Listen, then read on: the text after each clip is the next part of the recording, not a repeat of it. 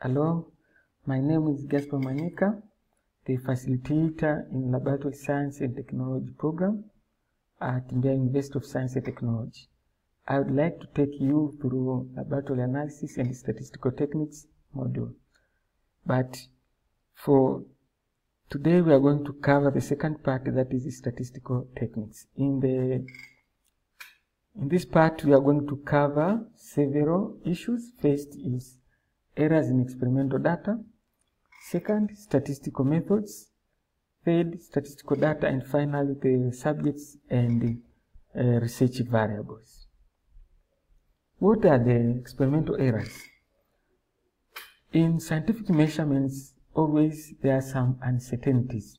And these uncertainties basically is the nature of scientific measurement. When we are doing some experiment or measurements, we normally make mistakes. So these mistakes or errors, they are normally related to methods that we use or equipment, or sometimes the personnel, and sometimes the environment that we do our experiments. So why are we worried about errors? So we are worried of errors in scientific experiment because we need to produce good results when we are doing experiments, and also we need to build trust to theories or methods that we are going to use, and also we want to build confidence on the answer that we provide or we share with others, that we are sure of the method that we used, and this is the reputation of scientific data. So what are the categories of experimental errors? We have two main categories of experimental error. We have systematic errors and random errors. The systematic errors, these arise because of the way the experiment was designed. So if you poorly design the experiment, then you are going to make systematic errors. So normally the results become consistency too high or too low. However, these systematic errors can be identified and can be corrected.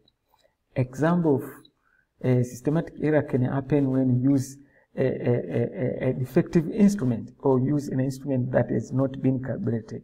Then you are going to make systematic errors. So what are the sources of systematic errors? Systematic errors can arise from main four issues. First can be instrumental source, where the instrument provides inaccurate reading, or the source can be observation. As you can see, the observer can incorrectly read the measurement, and also the source can be environmental, where the lab surroundings can lead to inaccurate results. For example, a certain experiment has to be done in dark.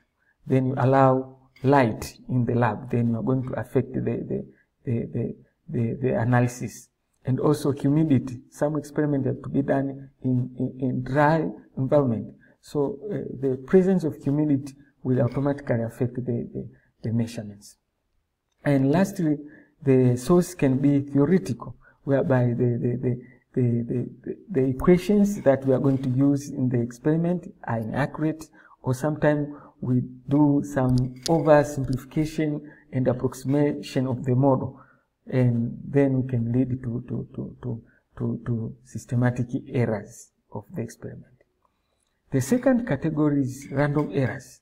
These are caused by unknown factors or unpredictable changes that occur in the measurement. So these random errors, however, it's not easier to identify them because we cannot predict these changes. However, the main sources of random error include observation, where the judgment of the observer may lead to random inaccuracy. As you can see, doing an experiment, sometimes as time goes on, the observer becomes inconsistent in reading or inconsistent in measuring, and therefore this causes random errors. And also the environment can be the source of random error. As you can see, there might be some vibration in the floor where the experiment is being done, causing some changes in the experiment, or you can see the temperature can be fluctuating, and some experiment can be affected by these changes. As you can see in the figures below, here is the example for systematic errors, that when we do the measurements can be very high or very low. So at the middle of this figure, you can see it is where we expect to get the results, or the expected results or standard results can be at the middle. And therefore, when we are doing the measurements, you can see the results are not accurate.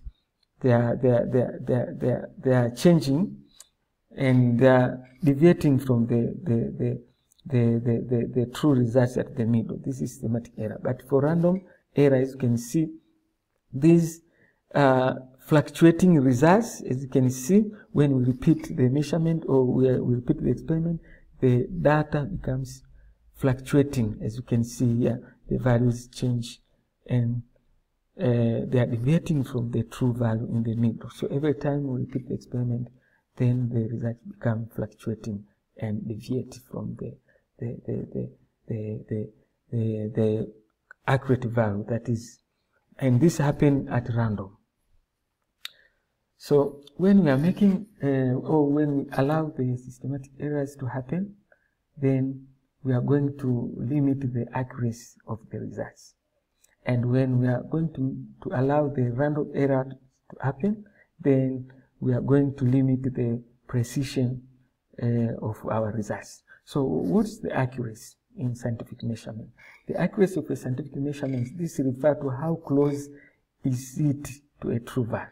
So that degree of agreement between the experimental results and the expected or standard results, that we call the accuracy. And precision, this is the degree of agreement between the replicated or independent test results. So if we replicate our results or our measurements and we do several experiments, then the degree of agreement between these results as compared to the expected value, then this will be precision. As you can see in the figure below, the first figure, here we have high accuracy and high precision. So it means the measurements are quite closer to the true value, that is at the middle. And also, if we repeat these the results, you can see the results agree with each other. They are closer to each other. And the second figure, you can see here, there is low accuracy but high precision. So it is low accuracy because at the middle it is where we expect to get the correct or the true measurement. And as you can see, every time we do our measurement or experiment, we get the results that are either too high or too low from the correct measurements. But it is high precision because if we repeat the experiment, you can see the measurements are closer to each other. They agree to each other. They are not deviating very much from each other. And from the last one, in this case, we have low accuracy, but also we have low precision. You can see when we do several measurements, here at the middle is the correct answer, but when we repeat the experiment, we get an answer that is very closer to the true, or sometimes get that is extremely high from the true value.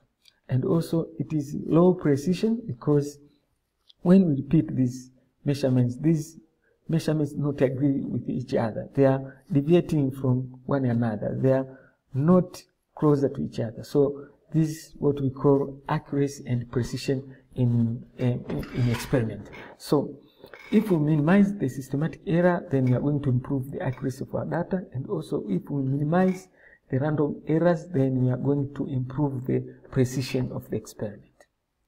So different from random and systematic errors, there are several mistakes or blunders that we can make in the experiment. So these are not errors but mistakes because they should not happen when we are doing the experiment, but they happen because of the yes, I can say the carelessness of the person. As you can see, the person may record a wrong number, or he can add a digit in the measurement. So this is a mistake but not error.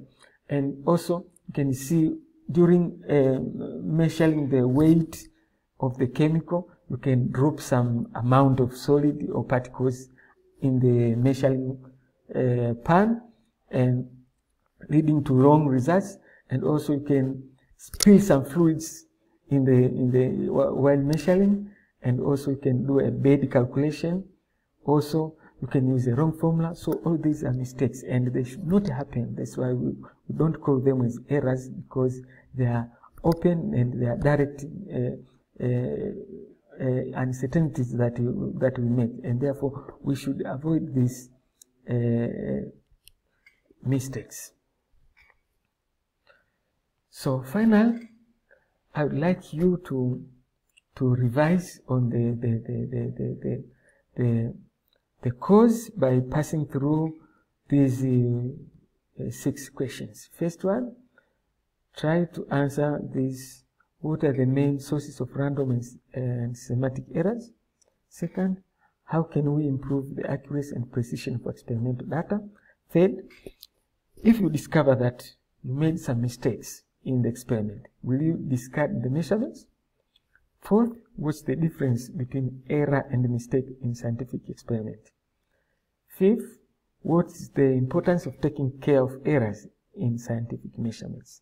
Why are we concerned with the errors in scientific measurements? And lastly, what's the difference between accuracy and precision? Thank you very much and see you again.